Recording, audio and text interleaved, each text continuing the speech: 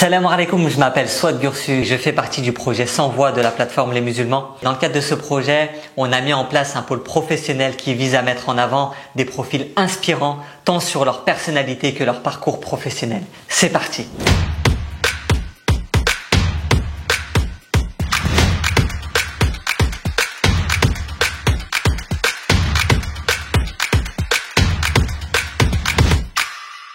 Hanan, juste une petite question avant de débuter. Tu as fait une carrière de trading. Tu as un bon plan pour moi pour gagner pas mal d'argent ou pas? En ce moment, je sais pas trop. En ce moment, il faut vendre. Ça marche, merci Hanan. En tout cas, c'est un très grand plaisir pour moi de t'avoir aujourd'hui sur cette vidéo. Est-ce que tu peux te présenter un peu qui tu es, ce que tu fais dans la vie, ton expérience, ton parcours? Je m'appelle Hanan Mohamed, j'ai 37 ans. Je suis marié et père de 3 magnifiques enfants. Enfin, ma femme aussi, elle est magnifique, si tu peux le rajouter, j'ai pas de problème à la maison. Donc la famille et les enfants. J'ai grandi à Cergy, dans le Val d'Oise, en région parisienne, pour ceux qui ne connaissent pas, avec des hauts et des bars, comme j'aime bien le dire, hein, des bars d'immeubles et des bars de rire. Donc c'était une belle enfance. J'ai grandi jusqu'à faire ma classe préparatoire là-bas. J'ai rejoint ensuite une grande école de commerce à Lille. Puis à Nice, l'EDEC pour ceux qui connaissent. Et j'ai, comme tu le sais, allé à l'étranger après, derrière, pour rejoindre une carrière de trading dans une grande banque d'investissement. D'abord dans le Golfe, au Bahreïn, puis en Suisse. Suite à quoi, avec la crise des subprimes, je suis revenu à Paris. J'ai embrassé le monde du conseil financier, jusque dans un grand cabinet de conseil international, jusqu'au grade de directeur. Où ensuite, je me suis, jusqu'à l'année dernière, on a eu l'occasion d'en discuter auparavant, décidé de lancer mes propres aventures l'an dernier dans le conseil et dans d'autres domaines entrepreneuriaux. Et du coup, sur tous ces voyages que tu as pu faire dans le Golfe, tu étais marié? Non, justement, c'était là l'une des raisons pour lesquelles je suis revenu. Franchement, en toute honnêteté, j'ai commencé par faire du trading parce que je suis parti dans le Golfe, puis la Suisse. Je pense que ces 2 pays vont sonner comme étant des pays où, voilà, qui sont lucratifs. Donc je suis parti là-bas, je suis tout à fait honnête, d'abord pour des raisons financières, dans le Golfe. Après, c'était très bien aussi d'un point de vue là-bas pour y vivre. C'était top, mais je vivais tout seul. Un peu de frustration là-dessus. Donc tu reviens pas à Paris juste par rapport à une crise? Alors non, quand j'ai quitté Bahreïn, après j'ai quitté pour la Suisse, parce que je voulais toujours rester dans le trading. Mais malheureusement, le Bahreïn, je m'éclatais pas forcément aussi après le boulot au Bahreïn. À cette époque-là, en tout cas, ils sont famille, c'est très bien le golf. Moi, j'ai aucune critique à émettre, mais si tu vivais en famille, ok. En revanche, tout seul, c'est quand même assez. Et je venais de finir mes études, j'étais assez jeune, et donc du coup, je suis revenu après derrière en Europe, mais en Suisse. Pareil pour travailler à Genève, pour bosser en banque d'investissement, toujours en trading. Et c'est là, au moment où la crise, là, c'était plus subi que voulu. Je suis rentré à Paris et là, je me suis orienté vers les sociétés de conseil qui là avaient le vent en poupe, parce qu'avec la crise, il y a eu plusieurs opportunités dans le conseil. Ok. T'as quel âge à ce moment-là? À ce moment-là, quand je suis revenu, j'avais 26 ans, 27 ans. Ok. Donc là, tu te maries à ce moment-là, t'as pas encore d'enfant à ce moment-là? Je me suis marié. Alors non, justement. Alors quand je suis revenu à Paris, quelques temps après, je me suis marié. Et donc du coup, j'ai avancé dans ma carrière, et mon épouse aussi d'ailleurs par ailleurs dans sa carrière et dans nos carrières respectives. Et ça a monté. Du coup, alors je ne l'ai pas évoqué, mais dans toute cette carrière au sein de ce cabinet, jusqu'à en devenir directeur, j'ai une petite période d'infidélité de 4 années. Et c'était vraiment hyper passionnant pour moi. J'étais responsable adjoint de la salle de marché là-bas, donc l'activité de trading de cette société. Et donc très bien, parce que c'était public en même temps, mais bancaire en même temps, avec du trading, mais un métier qui est plutôt noble aussi, puisque c'est des prêts au développement. Donc voilà. Mais c'est vrai que quand je suis revenu après en cabinet, c'est l'adrénaline en fait, pas des sujets de cabinet de conseil, le développement de compétences, etc. qui m'a beaucoup plu. Et après, du coup, j'ai, comme tu le sais, l'an dernier, décidé de voler de mes propres ailes. Lancer ton propre cabinet et ta femme aussi se lance en même temps. On aura l'occasion d'en discuter tout à l'heure. Mais avant ça, pour en arriver là, justement, tu passes par une école de commerce. Tu l'as introduit, et notamment une grande école de commerce. Comment toi t'intègres justement cette école-là? Comment tu as l'information? Franchement, au gré des rencontres et la bienveillance d'un professeur que j'avais en terminale qui m'a orienté. Alors j'ai la chance de vivre à Cergy, dans une ville où il y a une classe préparatoire au sein de mon lycée. Et il m'a orienté naturellement, je ne savais pas trop quoi faire. Il m'a dit, tiens, tu fais une classe préparatoire. C'est les mêmes matières que ce que tu fais là. J'étais plutôt bon, j'avais cette faculté-là. Et je ne travaillais pas forcément beaucoup. Il m'a dit, voilà, là tu vas te challenger. Il y a les mêmes matières, comme ça tu as le temps de choisir. Et c'est un parcours élitiste, tu y vas. Donc j'y suis allé. J'ai continué, mais c'est vraiment, je ne connaissais pas, j'avais aucune personne autour de moi. Et c'est vraiment une rencontre et la bienveillance d'un de mes professeurs. Après, d'ailleurs, pour répondre à ta question, oui, effectivement, moi j'ai le même constat, il y a très peu de gens qui s'orientent vers ça. Après, moi j'ai mon avis personnel, je pense que, alors d'une part, il y a un aspect financier. Contrairement aux grandes écoles d'ingénieurs, que tu prends X, Centrale, elles sont gratuites ou quasi gratuites. Contrairement aux écoles de commerce, les grandes écoles, même les 5 premières, elles sont toutes payantes.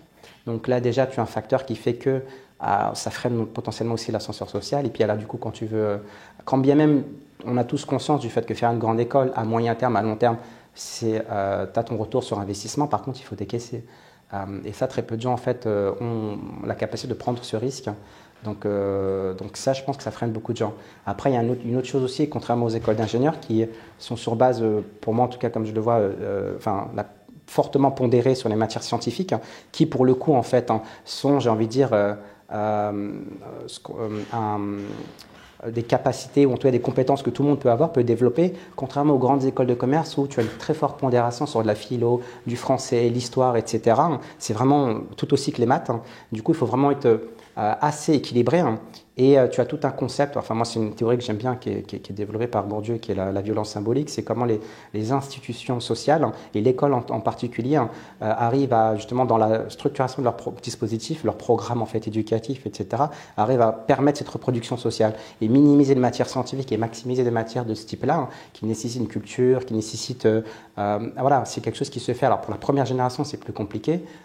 Je l'espère pour mes enfants et les générations d'après, c'est plus simple. Donc moi-même, j'ai réussi à rentrer en grande école et j'ai réussi mon concours plus par les matières scientifiques que j'ai réussi à surperformer, du coup et malgré les pondérations sur les autres que j'ai moyennement réussi, j'ai réussi. Donc je pense que on a tous aussi ce frein. On se met nous-mêmes ce frein-là. On va dire, je vais mieux réussir à faire de l'ingénierie que d'aller faire une grande école de commerce parce que justement, les matières sont... Alors voilà, moi j'invite les gens plutôt à faire des choses assez judicieuses parce qu'il faut de tout et que dans les grandes écoles de commerce, c'est aussi des métiers qui sont très porteurs et rémunérateurs, mais aussi sur lesquels beaucoup de gens peuvent s'épanouir.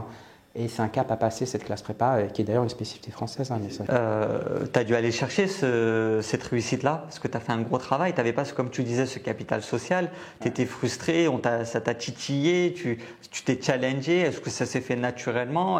Parce que tu le dis, on n'a pas ce capital social, mais comment toi, tu as pu l'acquérir? Comment tu as pu intégrer ces écoles-là? Et comment tu l'as vécu vraiment? Comment tu l'as ressenti de l'intérieur? Alors moi, c'est que je pense que le plus dur, c'était même pas la classe prépa en tant que telle, parce qu'à la rigueur, chacun combat avec ses armes. Ça, je l'ai accepté. Et après, quand tu es plus armé sur des matières scientifiques notamment et pas sur d'autres, bah, tu compenses. Après, tu travailles davantage, mais tu arrives à t'en sortir. En revanche, c'est une fois que tu arrives en école de commerce, ça, il faut savoir, et je pense que beaucoup de gens l'ont. Il y a, en tout cas dans l'imaginaire collectif, une école de commerce, c'est les fêtes, les open bars, le sexe, l'alcool au détriment du contenu pédagogique, contrairement peut-être en tout cas en moyenne les facs, etc. Donc c'est vraiment un climat qui est très particulier. La difficulté, je pense, était beaucoup plus en école qu'en classe prépa. Parce qu'en classe prépa, à la gueule, tout le monde bosse. Par contre, là-bas, ça devient cathartique. Donc, on a fait 2 années en fait, de travail. Et les 3 années, c'est la bringue, etc.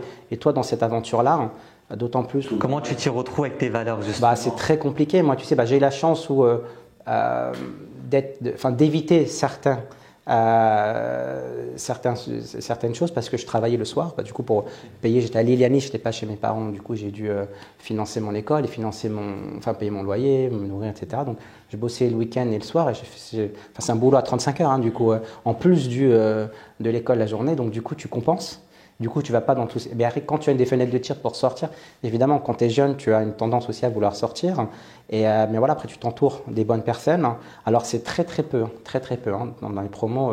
Et du coup, tu te sens, et c'est tout à fait naturel. Et je pense que tout le monde, c'est naturel pour tout le monde de sentir un certain complexe, une certaine frustration, mais aussi un complexe que tu commences à développer parce que tu vois, tu te sens un peu à l'écart. Après, derrière, il faut être convaincu. C'est quoi tes valeurs justement qui t'animent à ce moment-là, sur lesquelles tu vas t'accrocher et te dire je vais trouver des personnes qui ont les mêmes valeurs plutôt que je vais mettre mes valeurs de côté et aller voir ce qui se fait ailleurs? Moi, j'avoue, dans un premier temps, et je ne veux pas mentir, c'est qu'au départ, d'ailleurs, c'est ce qui m'a motivé à faire une école de commerce, et derrière, après derrière du trading, etc., sincèrement, c'était l'aspect financier. J'ai grandi dans un milieu où, voilà, enfin après, sans rentrer dans le pathos, mais j'ai grandi, on était 5 dans une chambre, on partageait un bureau, on a fait le bac comme ça, on était dans un quartier HLM, et c'était, voilà, j'ai voulu voilà, essayer de réussir, aider mes parents, revenir. Donc j'avais cet aspect financier dans mon esprit. Je me dis de toute façon je vais bosser. Je bossais d'ailleurs pendant que j'étais en école. Et dans ma tête, je me dis de toute façon je ne suis pas de ce monde.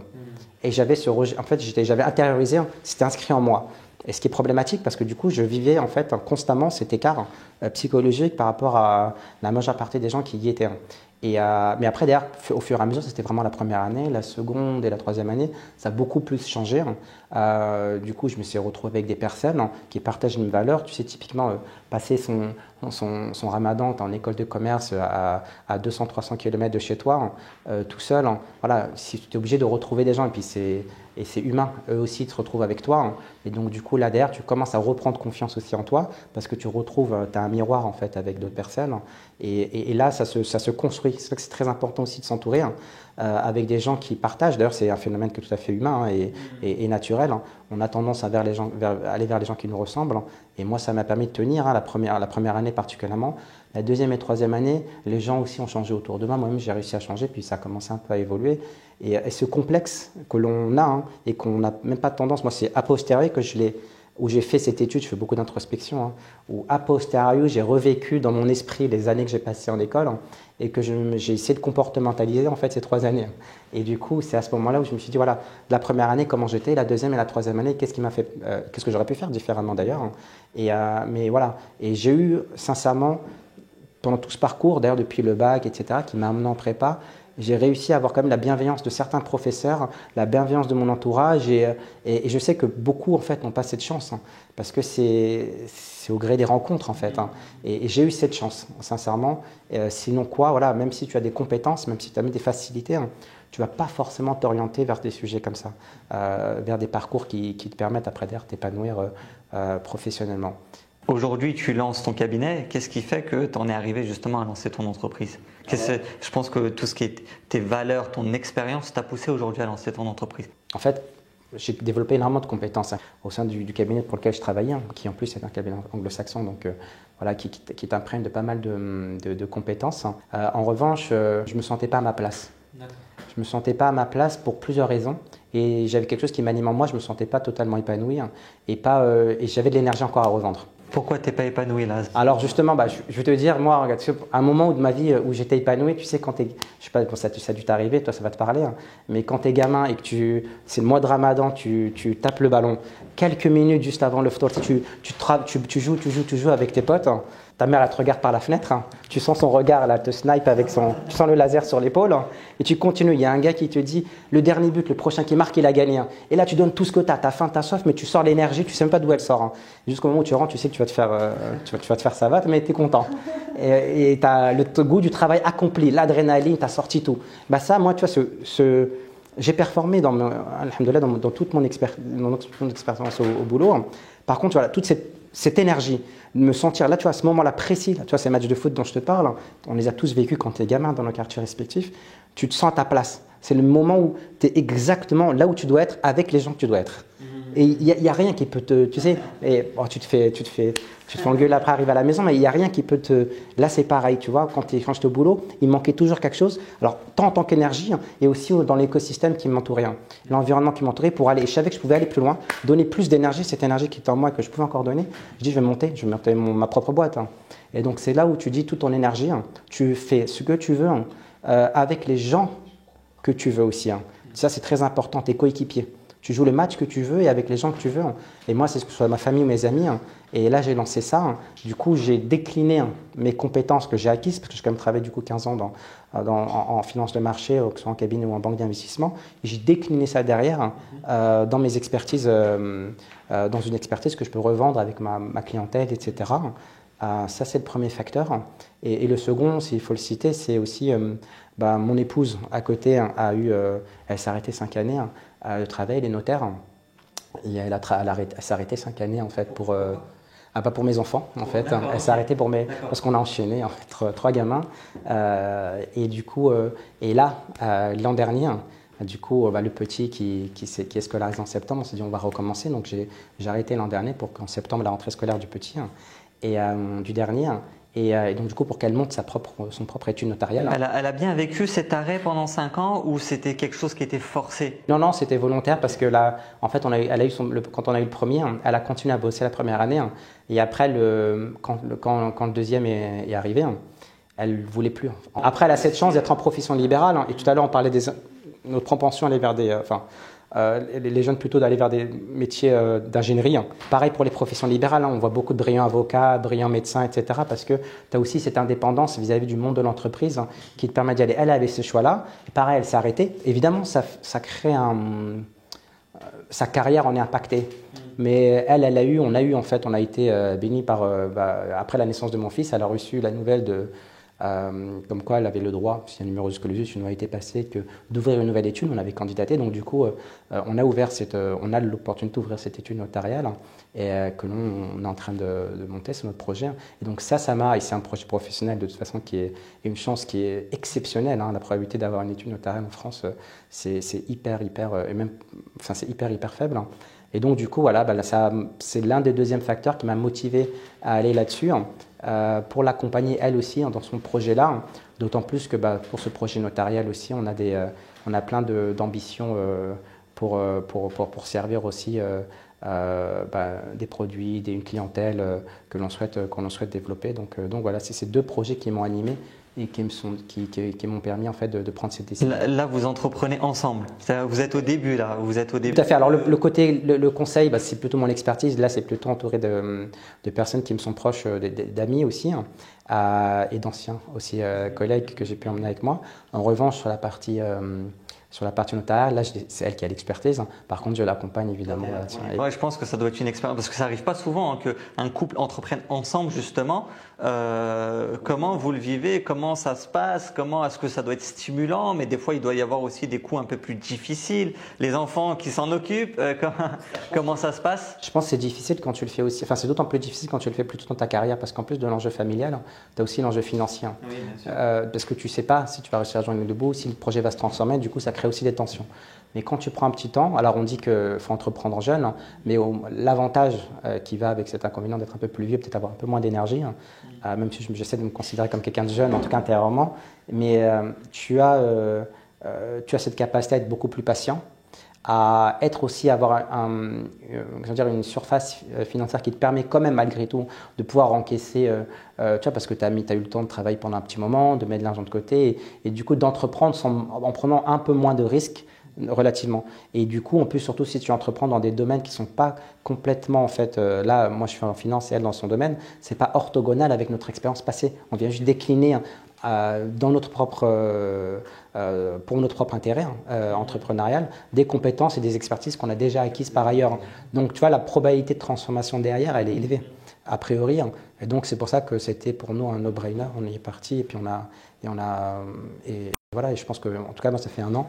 Je ne regrette pas du tout, que ce soit pour d'un point de vue professionnel, le temps que ça me permet aussi de me libérer pour intervenir dans d'autres sujets, notamment, comme tu le sais, sur la partie associative, autant que je peux en tout cas. Justement, c'est un regret que tu as de ne pas avoir intégré le milieu associatif beaucoup plus tôt en étant plus jeune et en étant actif au sein de celui-ci. Est-ce que tu peux nous en parler un peu plus sur ce regret-là? Moi, ce constat, je le vois aussi aujourd'hui puisque je vois beaucoup de jeunes, très jeunes même, qui sont hyper impliqués et sans le faire au détriment en fait, de leur carrière ou de leur projet professionnel, etc. Au contraire, en fait, c'est même des choses qui leur permettent de propulser ou de se sentir plus épanoui et du coup être encore plus performant. Moi, c'est vrai que j'ai été, c'est un peu une revanche que je me disais. Je suis parti dans un domaine qui me paraissait lucratif et j'ai décidé d'aller dans cette voie-là pour essayer et j'ai pas honte de le dire, mais essayer d'aller dans des métiers qui rapportent financièrement. Et derrière, moi, le déclic, c'était quelques mois avant d'avoir rejoint les 100 voix, la plateforme des musulmans. C'était la marche contre l'islamophobie. J'y suis allé en famille parce que ça m'avait, mon épouse, moi et puis et mon entourage, que ce soit ma famille, belle famille, ça nous avait fortement interpellés. L'histoire de la femme, la sœur, la mère au conseil régional de Bourgogne. Et du coup, c'est un déclic pour tout le monde. Moi, sincèrement, je me suis senti très mal parce qu'on était en train d'essayer de construire individuellement notre confort. Derrière, quand j'ai vu ces éléments, je dis que là, il y a un combat. Il y a une divergence totale en fait entre deux sociétés. Et voilà, là, j'ai décidé de rejoindre le milieu associatif. C'est plus tant dans ces idées et l'acceptation de ces idées et puis du clivage que je voyais dans la société qui m'a amené en fait à rejoindre le monde associatif de manière beaucoup plus insistante. Et donc j'ai rejoint la plateforme des 100 voix, comme tu le sais, j'essaie autant que je peux, en tout cas avec le temps que je peux aussi m'investir. C'est vrai que c'est un de mes grands regrets, c'est parce que je te le partageais aussi en toute honnêteté, de ne pas l'avoir fait plus jeune parce que tu as plus de temps à dégager, tu as plus d'énergie. Et dans les milieux étudiants, les milieux associatifs, il y a beaucoup plus de choses à faire aussi que quand tu es plus âgé. On voit qu'avec ton épouse, vous avez beaucoup de choses à mener encore. Qu'est-ce qu'on peut justement te souhaiter pour la suite ? Toi et ton épouse au final. Alors déjà, d'être du bonheur, je pense que c'est le plus important avant tout. Et après de la réussite dans ce qu'on entreprend, que ce soit professionnellement, mais aussi dans ce que l'on a envie, parce on veut décliner aussi nos activités professionnelles respectives aussi pour aider en fait autour de nous. Moi, je pense que ce que tu peux me souhaiter, c'est que je continue là-dessus, et qu'au contraire, je continue, j'onboard encore d'autres personnes et que voilà, demain, on soit nombreux. À être animé par les mêmes choses et que tout ça se fasse vraiment pas au détriment on peut tout faire en fait, ce que j'ai envie de dire aussi à tout le monde, c'est que et d'un point de vue professionnel et d'un point de vue associatif et tout en gardant en fait ces valeurs fermes, tout ça ensemble en fait les assurer. Moi ce que je me souhaite en tout cas moi personnellement, c'est de continuer en fait et être toujours solide sur mes appuis comme on dit au foot. Je te le souhaite. Je te le souhaite vraiment. Et justement, pour conclure, pour terminer, tu fais partie du projet 100 voix. Quel est ce projet pour toi ? Pourquoi tu as postulé ? Et qu'est-ce que tu souhaites apporter à travers ce projet-là ? Sur les 100 voix, pour moi, c'est un projet qui est né en fait d'un constat qui est partagé par toutes les personnes avec qui j'ai pu parler au sein des 100 voix. C'est le fait de ne pas se sentir représenté, d'être invisibilisé. Chacun, alors j'ai pu parler avec des gens qui ont des parcours complètement différents et des aspirations totalement différentes. En revanche, animés par un dénominateur commun qui est le constat de la non-représentativité de leur parcours, ou même plus grave encore, c'est l'invisibilisation de leur situation. Et moi, pour avoir beaucoup voyagé, j'ai pu voir, parce que j'ai de la famille à l'international, etc., voir leurs conditions, leur mode d'association, leur situation, leur dispositif aussi, que ce soit dans le monde des mosquées, que ce soit dans le monde éducatif, etc. La manière dont il est structuré, la manière ils se sentent épanouis dans cette société, j'y vois quelque chose qui est totalement en fait totalement opposé en France. Et c'est ce travail-là. Je pense que la responsabilité chez nous, elle n'est pas chez les anciens. Moi, souvent, mes premières années, on en a eu l'occasion d'en parler, je me disais que, eux, ils font le boulot, c'est eux de faire le boulot, moi, je suis là, je fais ma vie. Non, en fait, c'est le devoir de chacun et les projets de 100 voix, c'est ça. Et j'espère que demain, il y aura 101, 102, 1000 voix, 10 000 voix, 100 000 voix et que ça sera justement une première étape. En tout cas, j'espère que c'est notre devoir, en tout cas, notre responsabilité. Très beau discours. Je pense qu'on va terminer sur ça. Merci beaucoup, Hanan. Merci à toi, Suat. Super.